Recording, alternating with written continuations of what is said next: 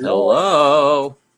We got people coming in the room. What's up, You can Marcy? hear What's me up, okay, David? Chad? Hey, Aaron. Chad, you can hear me okay? It's a lovely Tuesday evening. It is. Can I'm everybody going hear me to okay, invite Chad? you to speaker, Aaron, and we'll get you going here in just a couple minutes. Man, oh man, I had a bunch of construction in my apartment today, so the clattering on the roof has finally dissipated right in time for this conversation. Very We're grateful. very glad about that because that would be majorly unpleasant for our listeners. I'm refreshing my page real quick, you guys. Aaron or Marcy, would you please give me a hand wave emoji if you can hear my microphone? Yay! Thank We can hear you, my Cody. friends. Good. I was wondering. I was like, I'm speaking, but Chad's not responding. So I think I just refreshed my page too, so I think we are all good to go. good. Okay, And Eric good. Odioso's here. What's up, Eric? I wonder if Aaron Vitale and Eric Odioso ever bumped into one another at the good old BH. I feel like that's very probable. Very probable indeed. As I tip my glasses back up. So, Chad, you saw a movie today. Which one did you see again? I saw My Old Ass. My Old Ass. Are you sure you saw that movie? I didn't actually look at my ass during the movie, but it was such a lovely movie. It was, I guess in a way it was a coming of age tale, but a gal's turning 18 and she decides to sit with some mushrooms with her friends, and in that mushroom trip she connects with the 39-year-old version of herself, played by Aubrey Plaza, who starts to give her some life advice, and then they connect throughout the movie, and it's kind of, yeah, her step into adulthood and choosing to either listen to her adult self or remain basically young and free. But it was funny. So It was a tearjerker. What were you gonna say? the whole movie's a mushroom trip? No, well, no. That would be a fun twist, though. But no, there was just the first. Yeah, Aubrey Plaza arrived within the first 5 minutes. It was kind of like, oh, we're diving right in. But then it was her journey as she kind of decides to either be a young free teenager for the rest of her summer days before she goes to college, or to connect with her family and find love. And so it was, yeah, it was very beautiful. I would recommend seeing it, everybody. I laughed, I cried, yeah, wanted more. My Old Ass. My Old Ass. Yeah, it's yeah, there it is. No asterisks needed on the S. We can It's say the name of a movie, just in case anyone reads that comment and is like, what? Wow. Okay, well, let's hang around for a couple more minutes before we invite our phenomenal guest speaker into the room. But we'll give a little insight into how we know Aaron Vitale. So to our listeners, as of now, my brother and I both began our entertainment journey more or less at a company called Blumhouse Productions. And at that point, Aaron was already a very well-established worker in the production world, in the production office spaces during some of Blumhouse's earliest shows.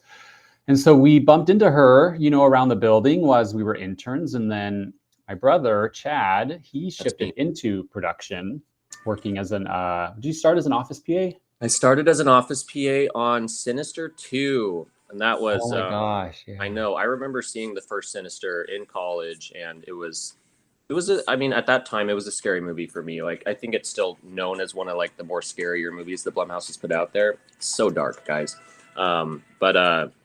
Yeah, I was a PA for the killing their parents, and it's just madness. Which, yeah, Blumhouse, or I guess horror movies have a trend to have ghost children, and Blumhouse definitely picked up that trend for 1 or 2 or 10 of their movies. But yeah, I was the office PA for the reshoots on Sinister 2, and Aaron was the production coordinator at that time, and I kind of...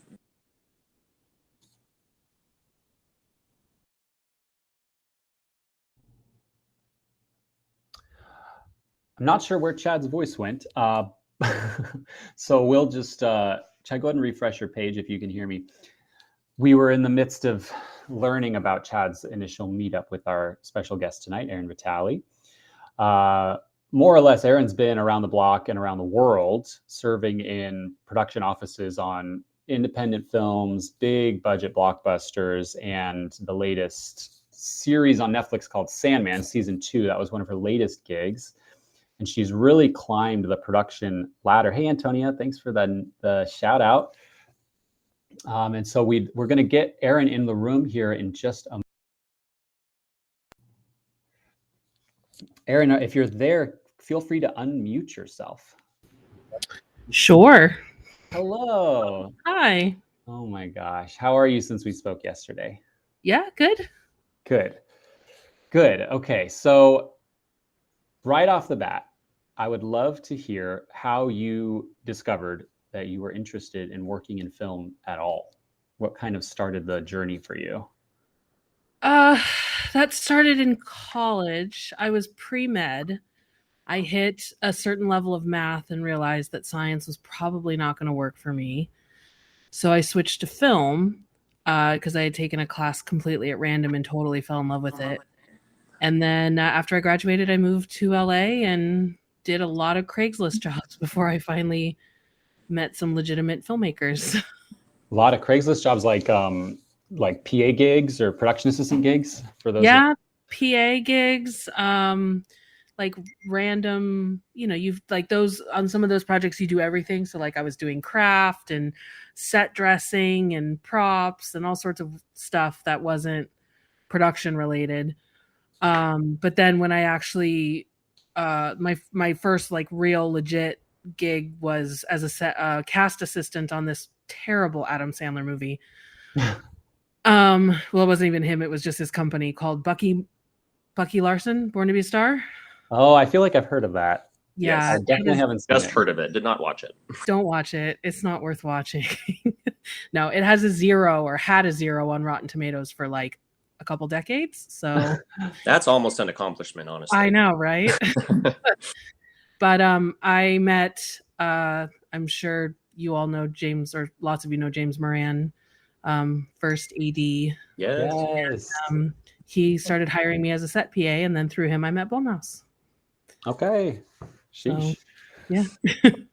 Then the journey began. And before we dive into that journey, I just want to introduce everybody to Chat Mosa. Thank you everyone for tuning in this evening. We have, it looks like, some new names, some new guests. So thanks Patrick, thanks Christian, Antonia, and Jen, and Tommy. Christina, nice to see you, Christina. If this is your first time, oh yes, my bad. I didn't see the full name there.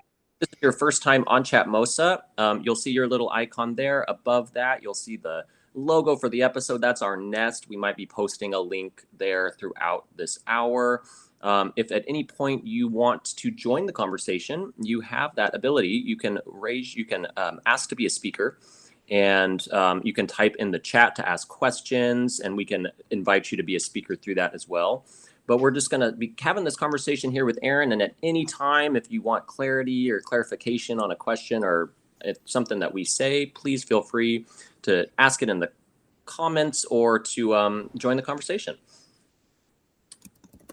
Marcy says to Erin, so glad to hear you here. I know. Hi, Marcy. It's been a long time.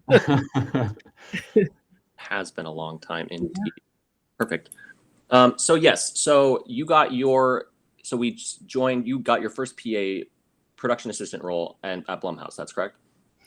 Well, after her Craigslist, I had been working. Yeah, I'd been working as a PA for a little bit, but through my first real PA jobs, I finally met Blumhouse, basically. And tell us about. Go ahead. Go. Well, I was just going to say, because we know that you climbed the ladder pretty quickly, or actually, to say it accurately, you jumped a few pegs on the ladder. And so how many PA gigs did you work for Blumhouse before you were kind of offered that position as a coordinator? I think I did four full, and then probably some little reshooty bits here and there. Okay. And so that was like a year, you'd say? Because Blumhouse was pretty rapid fire, huh? No, that was before the rapid fire. So that was... over, I think it was like 2010 to 2012 or something. Okay. So it was over a couple years. Chad, what were you going to ask before? Well, I just wanted to then, because you mentioned you jumped a couple of pegs, so I just kind of want to list what the production office ladder kind of looks like. So it starts as production assistant, and then you could get a jump to production secretary. And we'll dive a little bit more into what these roles all offer and what their roles are. Then to assistant production coordinator, to then production coordinator, to then production supervisor, and then to production manager. That's correct, right, Erin? Yeah. Awesome. And so production assistant, that is kind of like whether you're a set PA, whether you're an office PA, that is kind of the most grunt work, I would say, that you will do. But it's also one of the most important roles. I remember we were talking the other day, Erin, about how the importance of just being a PA. It's kind of like getting that, Starbucks job in, or getting that retail job in, just kind of earning your stripes a little bit. Yeah, I think it's also like a crash course in how the show runs. Like, you learn all the lingo, you learn all the positions, like who everybody is and what they do. It's really, really helpful for just learning the industry, like, practically. 100%. You're doing a lot of running around, so like it's nice to have a car, but you're getting the coffee orders, you're handing out the scripts, you're the one that's, if something needs to be ran to set, then you're transferring whatever that camera equipment or costume piece would be from the office or the trailer to the set. The football. Tell us about the football. Oh my God, the football. Is that everywhere that there's a football, or was that Blumhouse specific? That is American specific. Fair. I haven't come across that internationally yet. And that's essentially the big file of facts that has the call sheets, has the day out of days, has the schedule, all that's in a big folder that gets passed around. Yeah, and as we go more digital, that's becoming less of a thing. Oh, digital football. Not so fantasy football then. Not quite. So so Erin, you went from PA to coordinator. Correct. So you skipped the secretary, you skipped the APOC. Are you sad that you skipped those? No, at the time I was ready to start taking on some responsibility. So I was happy to skip straight to coordinating, although it was a little terrifying to do that without having done any of the other positions. Yeah, I can imagine. And then because that was on is it a tier 2 or a tier 1 film that you were on? For tier 1, 20-day shoot, all nights in Altadena. Wow. But it was a great film to start out on because it was a very small cast. It was a very short project. And I had great mentors to help teach me how to do the job and had a lot of patience with me as I was learning it. Absolutely essential. I'm so glad that you had that mentorship. Did that show, was it a smooth show? How did it go? Yeah, it was actually, looking back on it, it was really, other than the night shoots, 6 p.m. to 6 a.m. every day, it was actually a really easy show. So glad to hear that. But yeah, it is. I mean, because you mentioned you had a mentor, you had somebody there, and that is, like, we can name her. That's Laura Altman, I believe, who was the supervisor at the time. And so you continued to work with Laura and a couple other people in that film family, correct? For a few other shows. I did, I think, one other show with Laura and with Rick, and then Blumhouse was definitely going rapid fire at that point. So then at that point, I rotated off of them into another group and then kind of bounced around. I don't think I ever worked with them actually directly again after that. Well, it's because you joined to be at the tier that they were at, right? Because you went up to supervisor pretty shortly after that, I feel. Yeah, I coordinated for like 2 years and then jumped up to supervisor. Okay, cool.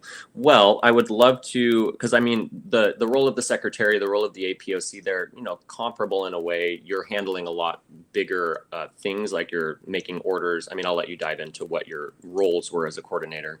I guess we can do that now, and then I can touch on secretary. Yeah, why? Because I think it would be great. Yeah, just what you're saying, Chad, to sort of fill our audience in on the different, what is the jurisdiction of each of these roles in a production office, and how do they support one another, and because you mentioned, when you assumed the role of coordinator, you had some responsibility. And so that made me feel like, okay, because the other roles then beneath that, the secretary, the APOC, the PA, they're more being tasked to do things and not necessarily delegating responsibility. So I just love to hear from Erin. Yeah, if she could kind of go up the ladder with us and give a brief rundown of, the role. Yeah, absolutely. I mean, so starting with the office PAs, which you kind of touched on already, lots of running and coffee orders and making copies of stuff. it's a lot of support work and like you Very said, a much. lot of grunt work. And then you move up to secretary. So secretary has more work with documentation, like doing the crew list, the cast lists. They often do POs and accounting paperwork. So they do a lot of the sort of like, at least, and honestly, everyone does their jobs a little bit differently. It sort of depends on the show, and it depends a little bit on the strength of the people in the positions. So if you have a green secretary, you may do less accounting stuff and more kind of like paperworky, list type stuff. And again, secretaries, I think, kind of are a little bit of a hybrid too, because they can also do some of the running around and picking up of stuff kind of as needed. They fill the gaps if the runners are off being busy. I can attest to that. Yes, I love being a secretary.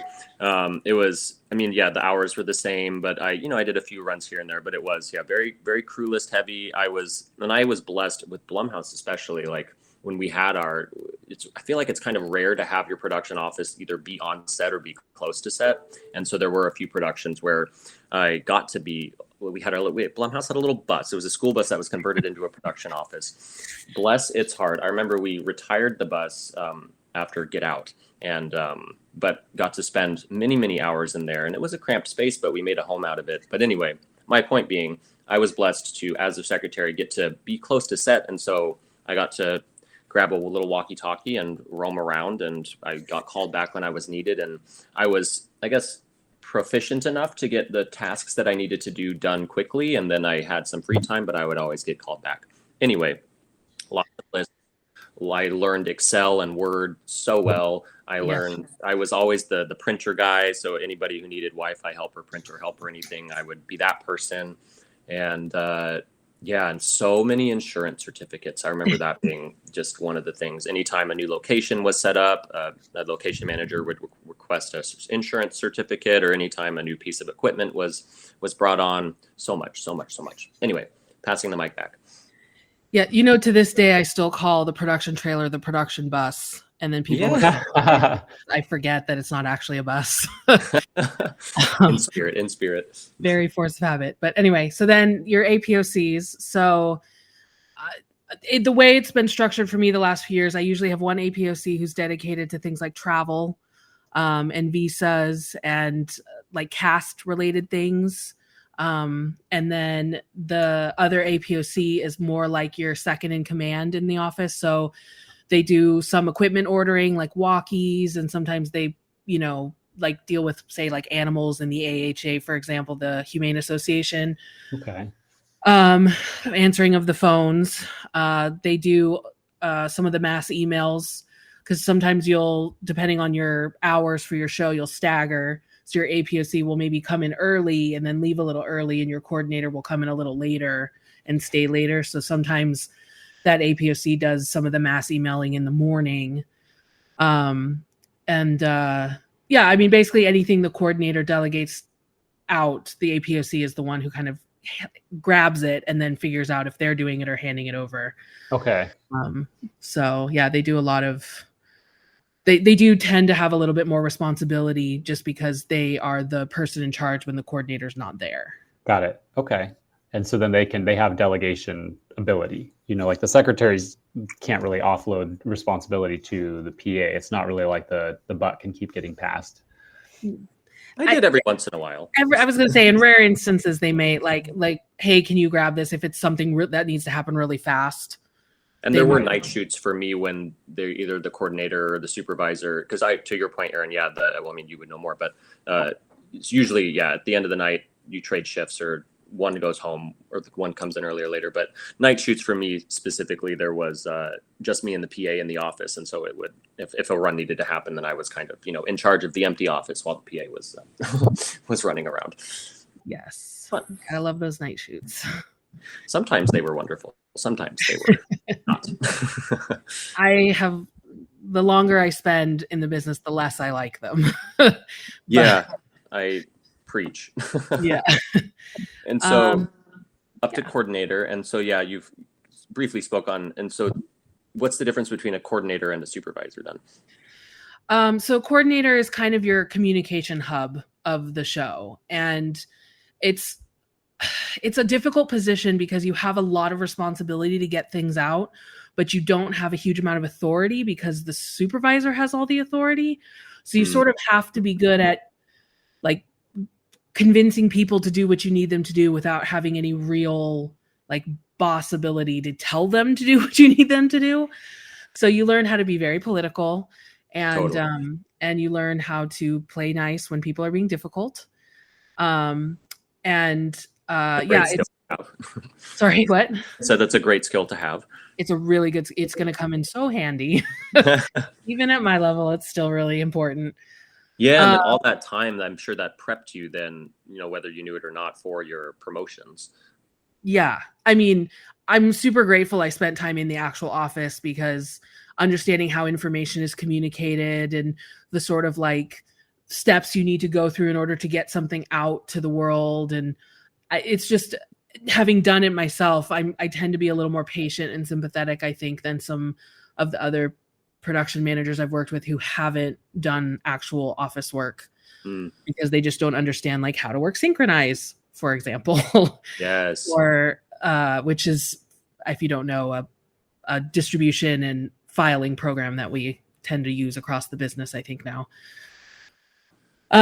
So yeah, so it's a lot of sending out emails, collecting information, calling departments to make sure they know what's going on, setting meetings, um, making sure that paperwork is done. Like you're overseeing everything with insurance, Mm. the American Humane, it's like the crew list, the cat, like all the call sheet goes out from you, which is one of the scariest things you do. The first call sheet on a show, it's really scary. Um, Did you yeah, have a scary story like a flub or anything that happened when you were first handling those sorts of documents? I was like really insanely perfectionist about my call sheets at the beginning. So it would take me usually like a half an hour to like check every email to make sure it was right because I was so terrified of making a mistake. Mm. But then as I got more comfortable with it, I think like maybe once or twice I sent out like the wrong call time and had to like resend it. Or like forgot to attach it. Oh, that was Oh yeah. yeah. You're like, oops, received second email with My apologies. bad.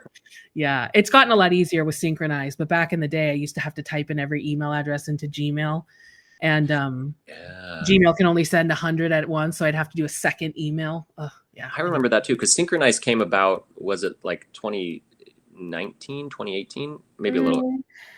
Like See what- 2016-ish, Okay. 2016, yeah, something like that. Because the first couple shows I definitely did without Synchronize. But anyway, so yeah, production coordinator. I always say that the production team is kind of the glue that holds the show together because nothing could happen without the production office. And I think people tend to forget how much work they do and how important they are to the flow of information and everything getting out to everybody at the right moments. And it's one of the most underrated and underappreciated positions, but it's so essential. And like we always say, like you can tell how well a show is run by how clean their paperwork is, and that comes down to the office and making sure that like fonts match and like the spacing is correct and the borders are all there, and it's just, it's a lot of detail work, but it's, like I said, it's really really important. So And yeah, oh sorry, go ahead. do you have do you enjoy that process of like the technical computer stuff? Or have Yeah. you okay, I cool. mean, that was one of the things I think that I was really good at, was just that detail oriented perfectionist stuff. Which works really well with my boss, my current boss, who's also very detail oriented. So it was something he liked about how I worked. But Because yeah, it does. I mean, yeah, if you are choosing a role in the production office in any capacity, then you are, at a desk a good amount, or you're, in a chair. And I mean, so that was nice with the PA or the secretary, because you are able to walk around, run around. I remember when there's one show, I think it was Hotel Artemis, but I was, when I was waiting for scripts to be printed in the printing room, I would do push-ups because I was just like, I needed to do some sort of form of exercise because there's just a lot of sitting. And I remember, I feel like Cody, you inspired some exercise or activity at Blumhouse when you were in the accounting chair too. But just Oh, wherever that's a you whole are, other episode. I'd be happy. that is to... a whole other episode. But wherever you are, it's nice to get up and do a little walk every hour or so. We, the three of us, I remember when we were in our Blumhouse days, we would go on, when Pokemon Go was first coming out to be very popular, we would go on Pokemon walks and go catch some Pokemon to get a little sunshine, take a little break. Because it's important, man. Any excuse you can find to get up off of your chair and give yourself 10 minutes of fresh air, take it. Take it. And then you won't, have those flub emails that you'll be sending because your mind will be clear and you'll have that. That's so true. Save yourself the embarrassment. Go catch some Pokemon.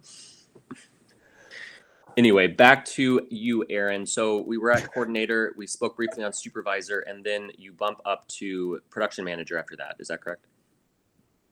Yeah. So I'm the title's weird because unit production manager is a DGA covered title. And I'm not in the DGA, so my title tends to move around a bit. But yeah, essentially I'm doing the production manager job at this point. Can you touch a little bit more on that? What you mean by, being in the DGA, but so there is if you're not in the DGA, you become a PM and not a UPM? So basically the DGA covers, in addition to directors and first AD, second AD, second ADs, they cover UPMs. So in order to be a UPM on a studio show, you need to be part of the Directors Guild. It's really hard to get in. They have some really weird loopholes that I haven't been able to work around yet. So I am not in the DGA. So when you're not in the DGA, typically you work as a production supervisor, or if you're experienced enough, you work as a line producer. So it's kind of one or the other. You don't typically work as a production manager because that's a title that I've only really seen on foreign jobs with foreign crew. Yeah. And so let's pivot into that. So you've worked both domestically and internationally. And yes. And so there are, aside from that, are there differences from working, because you worked in London. I think you've said you worked in Hungary. Are there, feel free to elaborate on that, but what other differences are there from working domestically versus internationally? The production office setup is generally the same. They might call things a little different. I'm trying to remember how they called them in Hungary, but typically it's about the same. You have a production coordinator and then a team. And then, so internationally, like for example, so when we went to Hungary, basically my boss was the UPM on record because it was a DGA show. So he was the DGA member of the production management team. So he took the UPM title. I was technically the production secretary. And then we had a local production manager who was responsible for sort of taking care of the local crew, since I don't speak Hungarian. And then I was more responsible for sort of overseeing the show as a whole, making sure that, things like pre-calls and call times and all those were kind of in line with what we wanted. And then I would also be the one overseeing like the SAG paperwork, and then any of the other American crew. Like we had an American, or I think he's actually New Zealand, but he was from America, DP. So typically you'll have a UPM on the show that comes from the States, and then you'll have production managers working under that person in each of the locations that you're shooting in. Is how I've done it. Perfect. Have you enjoyed the international sector more than, or have you gotten different enjoyment from working internationally versus domestically? Kind of just like working with international crews, I suppose. It's really fun. It's really cool. Like I love learning another country's way of doing things. And when you live there, obviously you're sort of just like living there. So it's like grocery shopping and learning to drive in the UK on the other side of the road and those kinds of things. That's a journey in itself. Yeah. Yes. But it can be challenging too, because everybody does things a little bit differently. So you have to sort of learn their rules and the things that they care about. So like, for example, in the UK, overtime is not automatic. Like you have to ask the crew to do overtime and they can say no. So if you're like, this happened to me on season 1 of The Sandman, we had a day that we needed to finish. It was the last day on a location and the crew was just done. And they said, nope, we're done. We're not doing overtime. So we had to carry a set piece basically into a stage at the end of the show to finish that scene. Oh, wow. So is it like majority or like you have to Yeah. Yeah, that's what I was going to ask. Do you take a vote? It's not like a vote. You ask them kind of as like an announcement, or like what I would do as a group text to all of the HOD, like the heads of department and their seconds, and basically say, hey guys, I'm really sorry, but we need to ask for 30 minutes of overtime tonight. Like, please let us know if there's any issues. And then if the crew has issues, they'll come talk to either me or the first AD. And if there's enough people who have issues, like basically anybody can leave. So if enough crew leaves, you obviously can't shoot. So in that case, the entire camera department and the group department's left. Wow.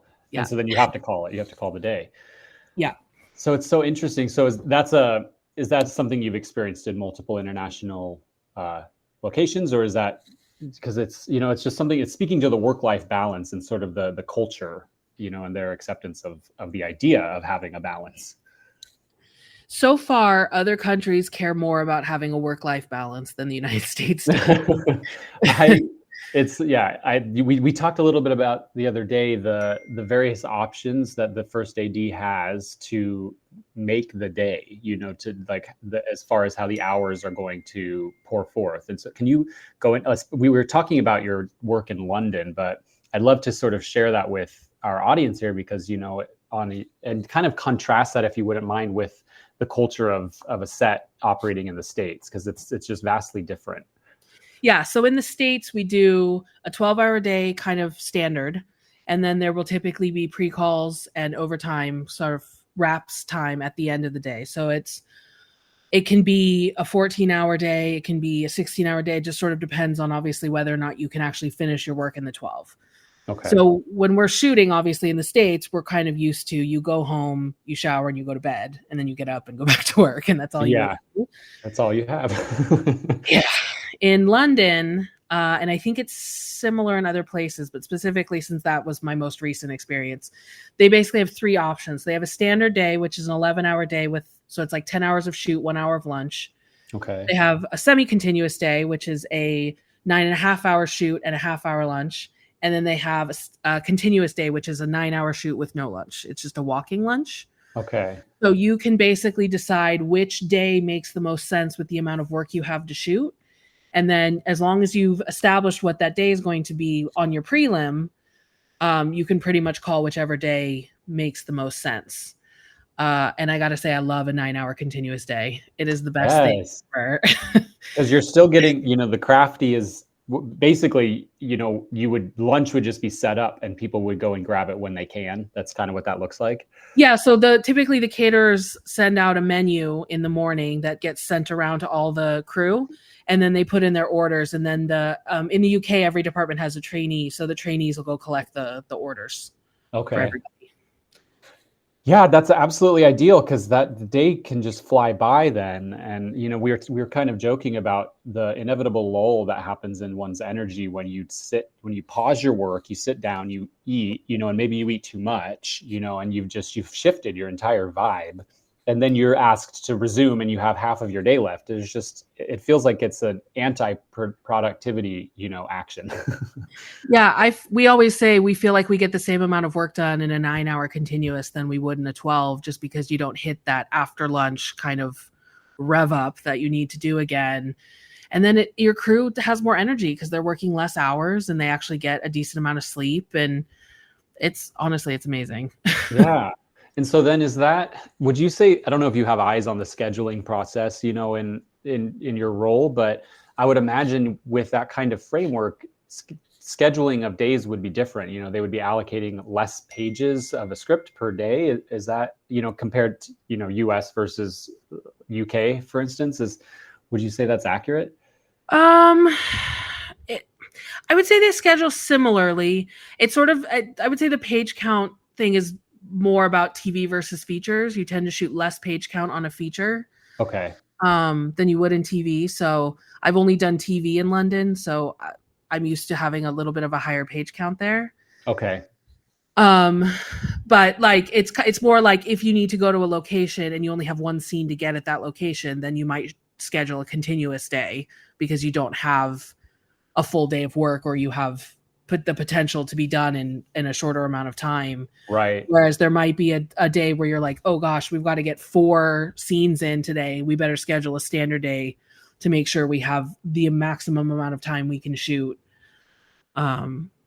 together. So it varies, and it also has to do with like what time of day you're shooting. It can have to do with your cast.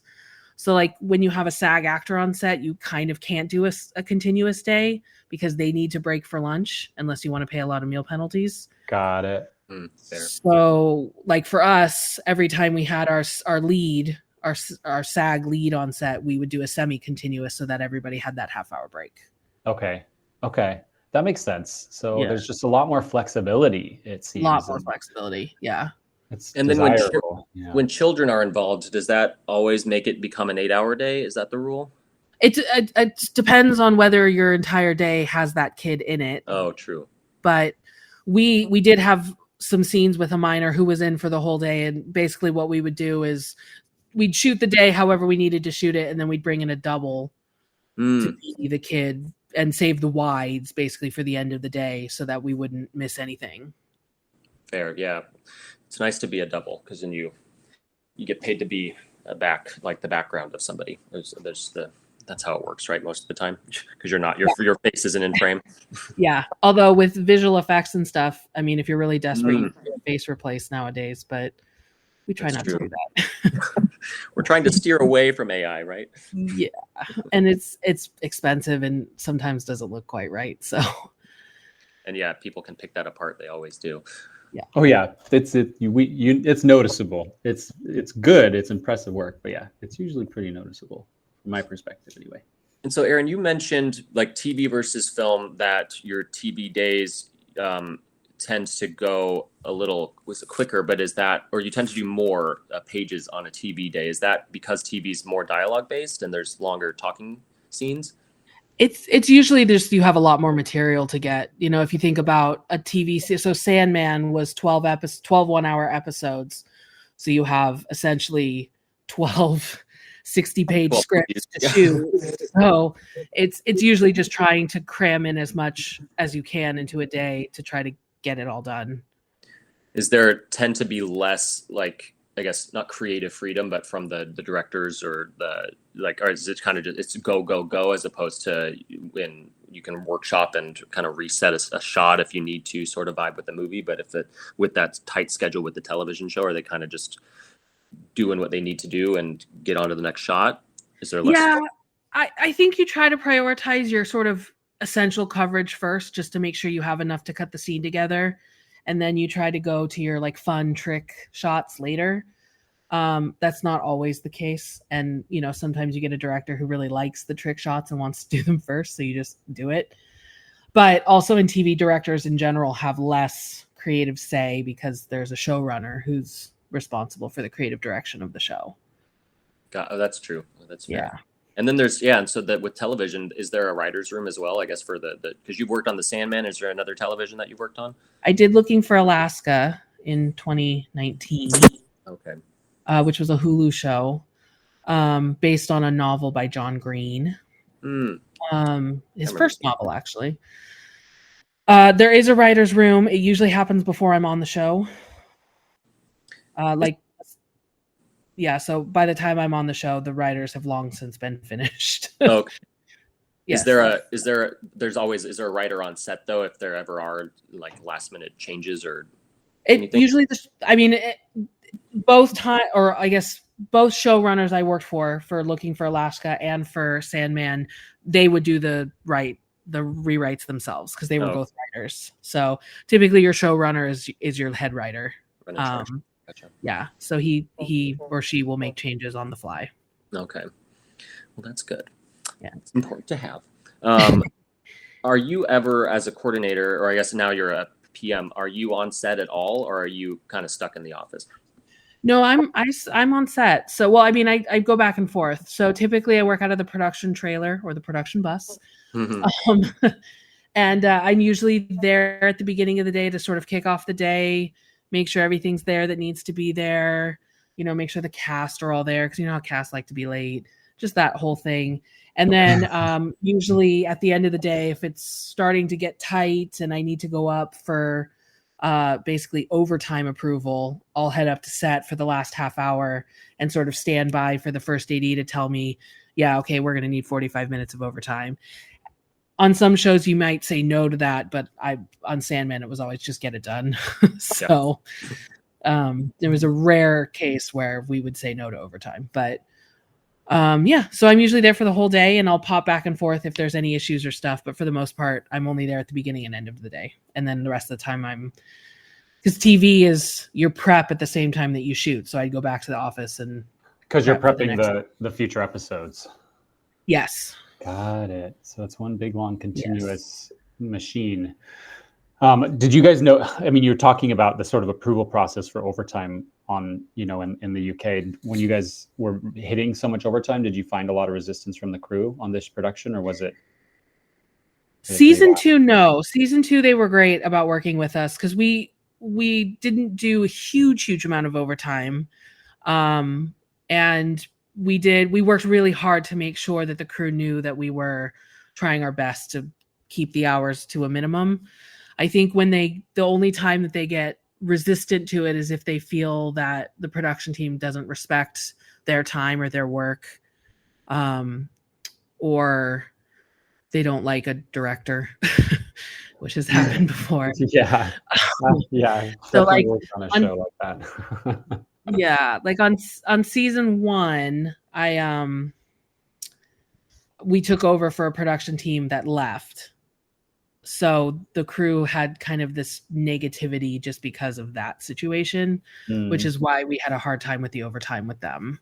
But on season 2, when we did the whole thing from start to finish, we were in much better shape. Fantastic. So how did you land this job, the Sandman? Because that's a huge job. It's a huge show. We were coming off of Unbearable Weight of Massive Talent. We were still rapping and hungry. And Samson, my boss, his agent, had heard that Sandman was looking for a new line producer, that they were not going to keep their production team. So he interviewed and got the job. Wow. So it came through an agent. It came through his agent, yeah. Wow. And then it took him a few weeks to convince them to bring me because, obviously I'm a more expensive hire because I come with travel and per diem and stuff. Per diem, yes. Yeah. So he had tried a couple of the locals and they weren't a great fit. So eventually he was able to bring me in. It was a really difficult show, but it was really amazing too. Yeah. And that was your first time in London, in the UK? That was my first time in London, yeah. Okay. Incredible. Yeah. And now you are, that was one thing that we wanted to touch on today too, is just sort of, the importance of developing a working, like a family, a production family, because that's job security, and how, initially at Blumhouse, I know you were aligned with a gentleman named Seth Meyer, who was someone that was, I'm not sure what the status of your working relationship is now, but I just remember that your two names were usually going hand in hand. I was like, oh, Aaron's going to be on that show. But so now you have Samson, who you're carting around with. And I just think that that's important for people to kind of understand, is that, the better able you are to cultivate that strong relationship with your crew, the more likely you'll be able to find yourself in continuous work. Yeah. I mean, the only reason why I don't work with Seth anymore is because he went abroad on a show where he wasn't able to bring an American supervisor. So we fell out of sync at that point. And then I redirected to Louisiana to do Happy Death Day 2. And that's where I met Samson. So, and then Samson and I have been working together ever since. So and that's it. It just took one. It took one strong show, and then to prove that that's a tight fit. Yeah. But yeah, the family thing, and you get to know, especially I think in the production office, you get to know each other really well, just because you spend so much time together, and because you tend to be a little bit more isolated from the rest of the shoot crew because you're not on set. You have your own traditions and your own sort of shorthand and your own inside jokes, and if you work with the same people over and over again, and you just get to know each other really well. And like, I still talk to some of the production peeps from the early days of Blumhouse, and I have a lot of really amazing memories from that. It was it was a good time.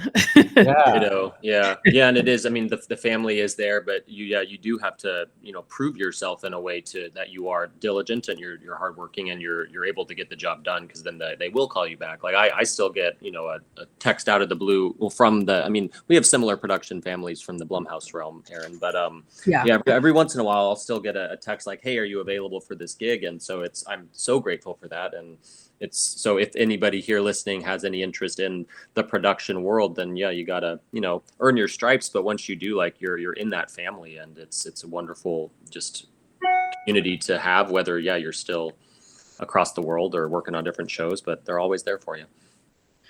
Yeah, definitely. And I've called people to be like, hey, can I get your opinion on this situation? And now that I'm production managing, like I often call people from the old days to be like, hey, do you know so and so, what were they like, to like reference out department heads and other people. And so yeah, it tends to be a network that you stick with. Like I do still talk to Seth at least a couple times a year. Do we just check in and see how each other is doing? So do you notice is like the production, like I guess realm, do you know like other UPMs, other production managers, other coordinators? Like, is it a small world, or are you kind of meeting new people all the time? I meet new people a lot, especially with the international thing. Like, True. I tend to bounce around a lot, so I'm always meeting new people. But like I also it's more like I'll have name recognition or like acquaintance level with other people, just because I will have spoken with them about some show or some crew member, or we'll have run into them at somewhere. So I don't have like super tight knit relationships with other production managers that I didn't work with before. Like obviously someone like Laura is different because I've known her for so long. But but yeah, I mean, now I have production manager contacts around the world, which is kind of cool. That is very cool. Very Yeah. fancy of you. You're very well traveled. Yeah. So, working on it. Yeah, I mean, and your career is, still, I mean, you're in the thick of it. So I can only imagine where you're going to end up. But we were kind of talking about the other day with you, you're intentionally keeping you're not pigeonholing yourself. You were kind of touching on how it can be a slippery slope to just, continue to isolate yourself in the low budget world or the indie world or the feature world. But you've been very wise to continue to differentiate your environment. And you're finding that that's serving you? Yeah, I noticed this early in my career. Like when you only do features, then it's really hard to then break into television. Or it's probably getting easier now with all the streaming services, but back then it was much harder to do. And then same thing with like low budget versus big budget, or like reality versus scripted. Like you tend to stick in your world a little bit. So, we alternate feature TV because we want to make sure that we're relevant in both. Mm-hmm. And then each show we try to do a new location or a new thing, just so that we're always diversifying. And, like the one we're about to start in Australia is not as big of a budget as some of the ones we've just finished. But it's Australia, so it's something new. Yes, totally. And that's film or TV on your next one? Feature. Actually, okay. Theatrical release, which is kind of crazy. I haven't had one of those. Wow. Congratulations. Yeah. It's kind of crazy. and you're just, I mean, we won't, dive into the NDA of it all with this project, but you're right in the beginning of the prep, right? Yes, I'm going to leave in about 10 days to head out there to start prepping. So they're early scouting and trying to get like the production office locked in and the early cast members, that kind of thing. So very, very early prep. Yeah. And so can you share what prep is like for you on a show or a film?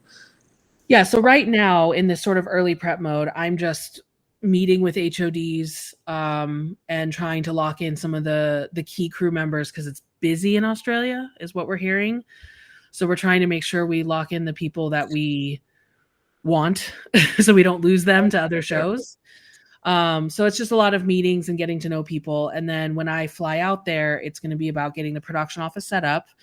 And then we'll dive into full prep, which will be first hiring in the crew and then starting to work with them on budgets for what their departments are going to bring to the table, locking in all the locations, hiring all the kit, getting the actors out and fit and rehearsals and all that kind of stuff.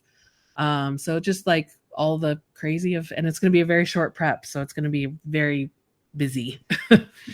We love busy. Busy makes it go faster, right? Busy is way better. This is one of the reasons why I like TV a little bit more. It's just way faster paced, but it's busier. 100%. So, yeah. And so because in my days of being in the office, like when we were in prep, we had like the director there, we had the DP there, we had most of the heads of departments there as they were beginning to then hire their own individuals, like their assistants and their costumers and their assistant cameras and everything. Is that still generally how it works for you too? Like you're seeing kind of the creative process as they're doing their development and their pre-production? Yeah, I don't always attend every creative meeting, but I'm usually looped in because of course we have to figure out how to pay for it. So yeah. So our part is sort of like they tell us what their vision is and then we figure out how to logistically pull that off. Gotcha. Okay. Yeah. It's great to just have that creative energy just in the room, even if, or in the space, even if you're not, directly there, like you're feeling that the picture's happening. It's beautiful. I mean, if you get really lucky, you end up like our showrunner on The Sandman was just the most amazing person. And he was incredibly collaborative. And so he would fully come in and be like, hey, I want your opinion on this thing. And sometimes he would change it based on what we said. Like, it was the coolest thing ever to be included in that creative process. Like I'd never really had that before. And like he would send us cuts of episodes and we would give notes on it. I was like, what? This is the coolest. Yeah, I love that.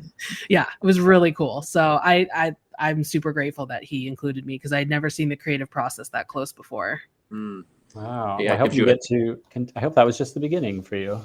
I hope so, but he's a rare one. He's a rare one. Yeah. You don't often have showrunners that are that kind or collaborative, and he was amazing. They've surrendered enough of their ego. Yeah. Well, hey guys, Jeanette would love to join the conversation. She's got her hand raised, so feel free to unmute yourself. Erin! Hi, Jeanette. So nice to hear your voice. I've know. missed you. It's been a minute. I know I missed you guys.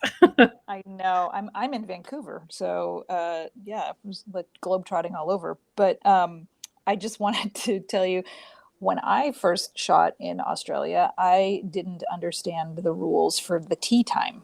So I would definitely wrap your head around that one, because the break you're paying for, plus you're paying the food, and it's an exorbitant amount of money in the budget, which knocked me off on my balance when I first realized that that's how they do things over there, and the night premiums.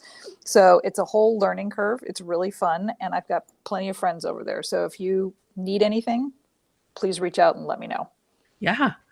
I mean, we're like early stages of crewing up. So if we get stuck, I'll let you know. Yeah.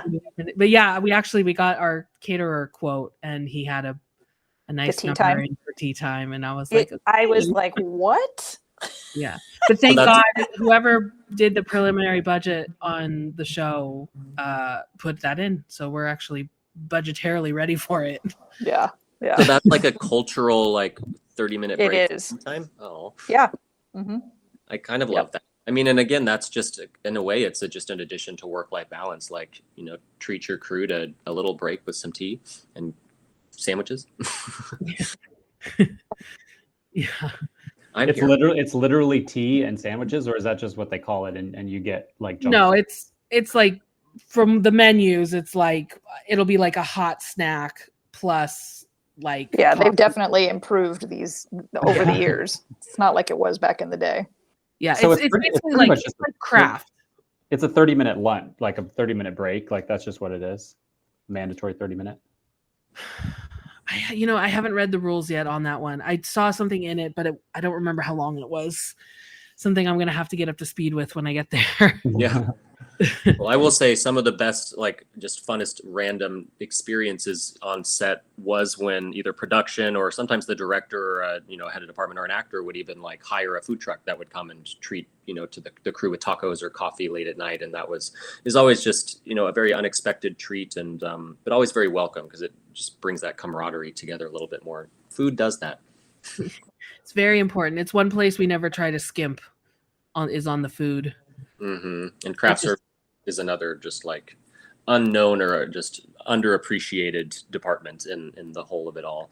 Yes, although craft is very different abroad than it is in the United States. Break it down for us, Aaron. How? Yeah. Now you got me curious. So on season 1 of Sandman, all we had was a coffee cart. That was the craft. And there was no food really. Like sometimes they would do a snack, but not consistently. And the crew had sort of decided they would just rather have coffee at all times. So like nice coffee, like they would make you like, you know, your flat white or whatever. Season 2, our craft was a coffee truck plus then a little bit of a spread. So they would have like pastries in the morning, and then they would do a morning snack and an afternoon snack. But the thing in the States where you have this like truck that's basically like a mini 7-Eleven, that's Right. not That's at all how they do things abroad. No. I just recently was watching the new movie, The Fall Guy, with Ryan Gosling and Emily Blunt, and in it, like it's basically a movie about making a movie, and it's a romance. But Ryan Gosling, the stuntman, he gets to set and he wants a coffee, and it was one of the most things I was like, being in production, like I know this is wrong. Like this is a huge, big budget movie, you know, big stuntman of the main actor can't even get a coffee that he wants, and it took him probably, you know, 10 scenes later to finally get his coffee. I know it was supposed to be a running gag for the script, but I was just like, this writer did not have production property in mind. That big of a budget, they would have had a Starbucks there for him. 100%. Yes. They'd have some set PA be there to take care of him. For sure. Aaron, what was the, I'm sorry, I interrupted you. Was there a difference between season 1 and season 2 of Sandman for you in terms of like ease, or did the budget get bigger, or what was the just experience for you? Well, it was a lot better. We've gotten this far without mentioning it, but season 1 was still in full COVID. So it was a lot more difficult to deal with. What's COVID? Yeah. I'm just kidding. So, we joked a while on our prep call, you guys, about how we were going to probably talk about COVID, but we did have done very well. It's been almost an hour and it didn't come up. We almost didn't. Yeah, we almost made it the whole way, but season 1 was full COVID. So it was a lot harder in some ways just because Sandman as a show is massive. I mean, I think we had like 250 cast members and probably 1,000 background at various points. And they're all in different type fantasy, period, modern, like all sorts. It's just like, it's all over the map. If you've ever watched the show, like you'll see how chaotic it is in that way. So for a COVID perspective, bringing everybody in for fittings and stuff was really challenging. Season 2 was a lot smoother in that way because we didn't have to worry about it, but we were a lot more ambitious on season 2. Like we really wanted to push the envelope and do the absolute best show we could do. And that meant squeezing every last dollar we could, or every last pound, I guess. So it was challenging in a different way because we were trying to put the maximum amount of money on the screen. So it was about taking risks, I guess, and trying to make sure that we were keeping a hold of everything so that they paid off. Yeah, and something you're probably able to feel like you can do more with that second season because you've had the success of the first one, so you're just allowing yourself possibly that, like, those risks to be taken because you have that. Yeah, and then you have a showrunner who's willing to like modify the script when it's not as important to make it less expensive so that you can splurge on the other things. You know, it makes it a lot easier to do. So yeah, so I think season 2 will be a huge step up from season 1. Oh, cool. Wow. Yeah, season 1 was, I mean, it's a beautiful universe that was created, and it's, check it out if you haven't already. It's on that. I know, big plug for the Sandman. Season 2 in spring of 2025. Which is basically tomorrow. Yeah. Just wanted to throw it out to our beautiful, wonderful listeners here. The mic is open to you. The questions or comments are open to you in our chat. If there's anything that you've been itching to ask just regarding any of Aaron's past productions or just in terms of production in general. A lot we've, been touching on, but there's still a lot that we surely haven't uncovered yet. But it's just, so please ask your questions or say hi or raise your hand. Marcy has her hand raised. Feel free to unmute yourself, Miss Marcy. Hi, Aaron. Hi, Marcy. It's so nice to hear your voice. Thank you. And Yes, congratulations on all your success. I think it's really great. You really did all the hard work, and it's paying off clearly. I wanted to know, what would you say about your early work in independent movies, and if that prepared you for the bigger budget projects that you're doing now? I'm actually really glad I spent a fair amount of time in sort of like lower budget, more indie type projects, because it means that I'm not used to having money to throw at a problem, which means that like you critical think a little bit more and try to come up with more clever solutions rather than just like, oh, we'll just pay them off. But it also means that because you're used to tracking every dollar, you're a lot more methodical and detail oriented about how you're spending your money.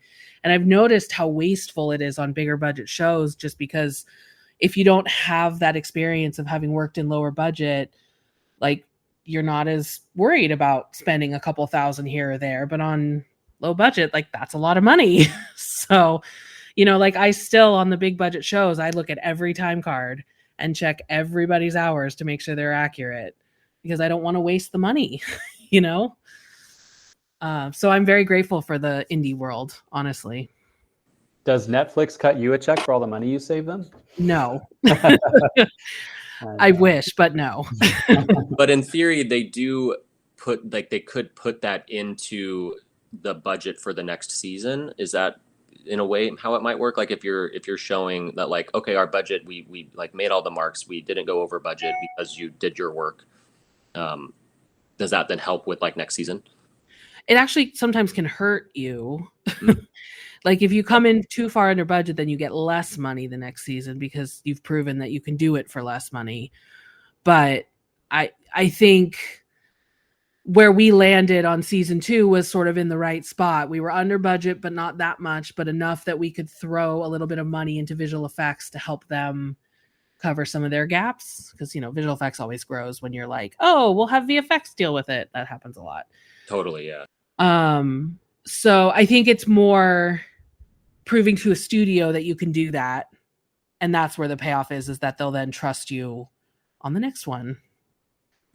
And trust is important, especially as it gets into the bigger studios too, because it is a lot of money that they're throwing out there for these things. And I mean, and as you said, it does so much goes into post. But then when you look at the finished product, like especially since we're still on the subject of Sandman, like these episodes, they're gorgeous. And I mean, it's, a lot to do with the cinematography, but the VFX is there, but it is just the money goes where it's meant to, and everybody does their job, and the costumes look good. Poster.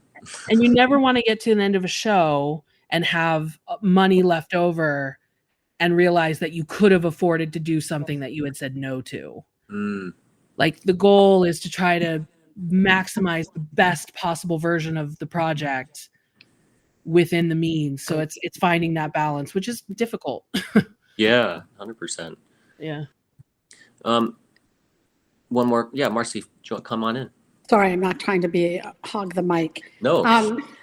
Aaron, I really liked what you said about, as a production supervisor, you have a lot of responsibility, but you don't have a lot of authority. And I think that's a place where that position can really hone their skills about making relationships, because those relationships seem to always come back and you can always call on those people. And that is really a place, I think, in someone's career in that position to establish great relationships with the crew so that you can circle back if it's someone you like to work with. And you can also recommend them to, going forward on other projects, or,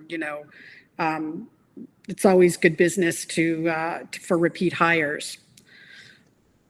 Yeah, definitely. I mean, you spend so much time talking to the crew in those positions, and I learned so much about how to manage crew from being a supervisor, and how to talk to them and how not to talk to them, and how to kind of get them to do what you need them to do. And there's sort of this second layer of when you're a woman and you're in charge, there's a lot of men who don't love that. And so you have to kind of learn how to work around that too. And so it's definitely a good testing ground for sort of honing all of that for sure.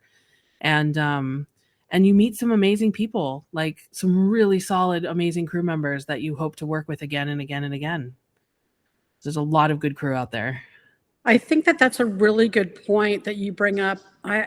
That being a woman is that you have that extra layer of, even some women don't want to answer to other women. And there's that hierarchy. So I know in my career, I've definitely worked with men who don't want to recognize my authority in that whatever position it was. Even when it was a second AD and I was talking to them about, second AD stuff. But I definitely, that is another layer that's really important, and you have to learn how to manage that very gracefully. Yeah, and it's a tough one because there's so many different ways that people respond or react to you. Like you get the sort of condescending pat on the head, or you get the kind of like, I'm just going to ignore you. Or one of my huge pet peeves is I hate when people listen to me and then steal my ideas and take them like they've thought of them. And there's just all sorts of ways that you have to figure out how to work around it. But for every, difficult misogynistic male, there's some really amazing ones who are happy to work with you and happy to support. So, by no means is it everybody, but there's always a couple. Definitely not. Yeah. But you remember those misogynistic names and you will recognize to not work with them again if you have the opportunity. Yes. Or I might warn someone who's working with them, hey, just a heads up. Yeah. And that's why you check references on people. Yeah. For that exact reason. Yeah. It's hugely important. And, I take that really seriously. I know a lot of people blow it off, but, I want to share what I know about people, good or bad. And it's kind of a joke. Like if you email someone and ask for a reference and they say, give me a call, it's going to be bad. Mm-hmm. Nobody will ever put it in writing. Or they just don't respond. Yeah. If they don't respond, sometimes that means they don't have anything nice to say. No response is a response. Yeah, kind of. Yeah. So. Well, it's all a learning experience, and and it is. It's. Thank you for your questions and your comments, Marcy. That was a wonderful addition to the conversation. And Cody just looks like he posted Erin's resume basically onto the Nest. So as we're starting to close this conversation out, but I just wanted to ask you, Erin, like, what if you had if you close your eyes and just think about like, what is my favorite aspect of my career, my journey in production so far? What have I guess like two questions. What is my favorite, but then what have I learned? Just if there are people in here who are, have a little inkling, a little curiosity to maybe dip their toes in the production world, what advice or something could you offer them? Let's see. I've learned to have confidence in myself. That was a big thing. Because this business is so competitive and so challenging, shall we say, you sort of have to have confidence in yourself and your abilities in order to move forward. And if you don't, you might end up not getting the next job or not having, the ability to step forward when an opportunity comes up and say, you know what, I may not be able to do this, but I'm going to figure it out. I would also say being prepared. I got a job once because I was the only PA on the set who had a pen. Huh? Very early in my career, I was the only one who showed up with an actual pen, and Wow. I got a job off of it. Like That is why you see people with pens in their pockets. yeah, like it is just being prepared, knowing what you need to have, being on time. I have fired people for being late. Because that's a huge pet peeve of mine as well. And not like 10 minutes late, like 2 hours late. Yeah. And then I don't know, like I think it's remembering that while we work in a really incredible industry, it is also high pressure, high stress. Like you have to be aware that there's a lot of ego and a lot of politics. And, for every sort of glamorous, amazing moment you have, there's going to be some really grungy work you have to do behind the scenes. And sometimes you have to pay your dues. But if you stick with it, if you're hardworking, if you, like I said, have that confidence in yourself, people will continue to hire you.